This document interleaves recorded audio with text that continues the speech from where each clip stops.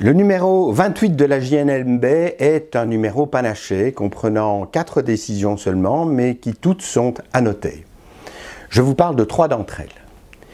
La première est un arrêt de la Cour de justice de l'Union européenne du 15 juillet 2021 en matière de port de signes convictionnels. Elle analyse la directive du 27 novembre 2000 qui crée un cadre en matière d'égalité de traitement en matière d'emploi et de travail. Et que nous dit cette décision? Au rebours d'une certaine décision qui a fait beaucoup de bruit au cours des derniers mois, prononcée par le tribunal du travail de Bruxelles, elle considère que cette directive n'empêche pas un employeur d'interdire le port de signes convictionnels, religieux, philosophiques ou politiques, à 3 conditions.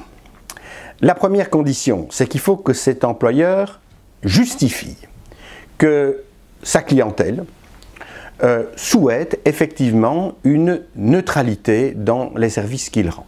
C'est une condition particulièrement importante parce que certains arrêts antérieurs laissaient cette question ouverte. Pouvait-on prendre en considération les souhaits du public, de la clientèle pour adopter ce genre de mesures? Oui, dit clairement la Cour de justice de l'Union européenne.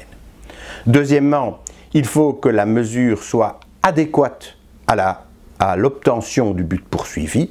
Et troisièmement, il faut qu'elle soit strictement proportionnée à l'obtention de ce but.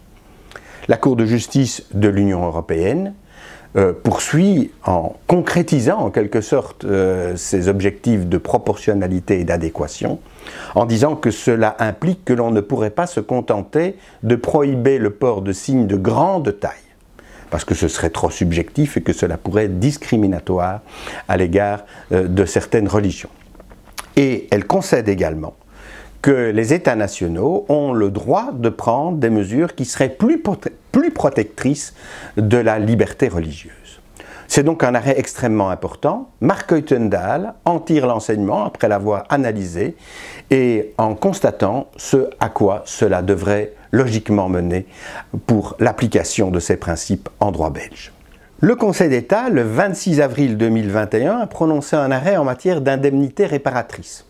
Vous connaissez cette nouvelle compétence du Conseil d'État qui autorise une partie qui a obtenu l'annulation d'un acte à solliciter du Conseil d'État qu'il indemnise le préjudice que l'adoption de cet acte, dès lors illégal, lui a causé. Mais cette nouvelle compétence est régie par le principe electa una via. C'est-à-dire que le Conseil d'État ne peut statuer sur la demande d'indemnité réparatrice que si le demandeur n'a pas déjà saisi les juridictions civiles de sa demande. Ici, l'hypothèse était particulière. Nous avions un voisin qui se plaignait du fait que son voisin avait effectué des travaux qui n'étaient pas couverts par un permis d'urbanisme. Et il avait introduit une action et il sollicitait réparation du préjudice qu'il avait subi de ce fait. Mais dans le cours de la procédure, le voisin introduit une demande de permis de régularisation et l'obtient. Ne se décourageant pas, le premier voisin introduit un recours au Conseil d'État et obtient l'annulation de ce permis de régularisation. Et par la voie de la procédure en indemnité réparatrice, il sollicite la réparation du préjudice distinct, partiellement distinct, dira le Conseil d'État à raison, qu'il a subi du fait de l'adoption de ce permis de régularisation.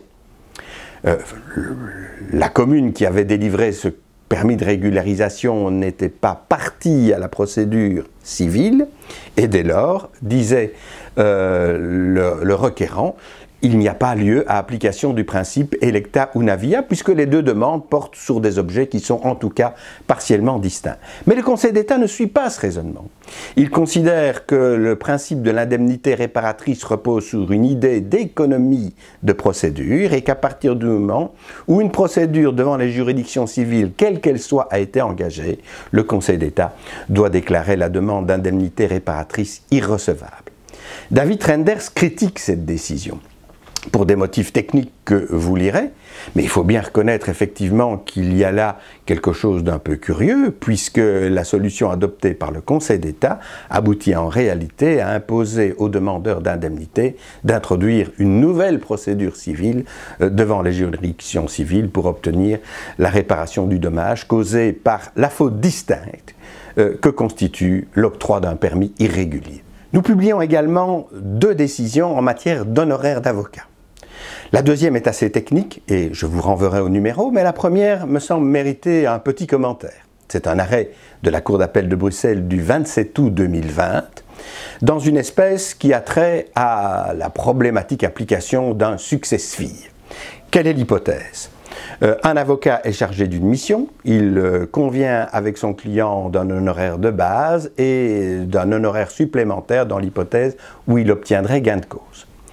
L'affaire doit être portée devant les juridictions luxembourgeoises, l'avocat fait appel à un correspondant, son client se met directement en contact avec le dit correspondant et avec l'aide de ce correspondant et pas de l'avocat initial, le client réussit à obtenir une transaction.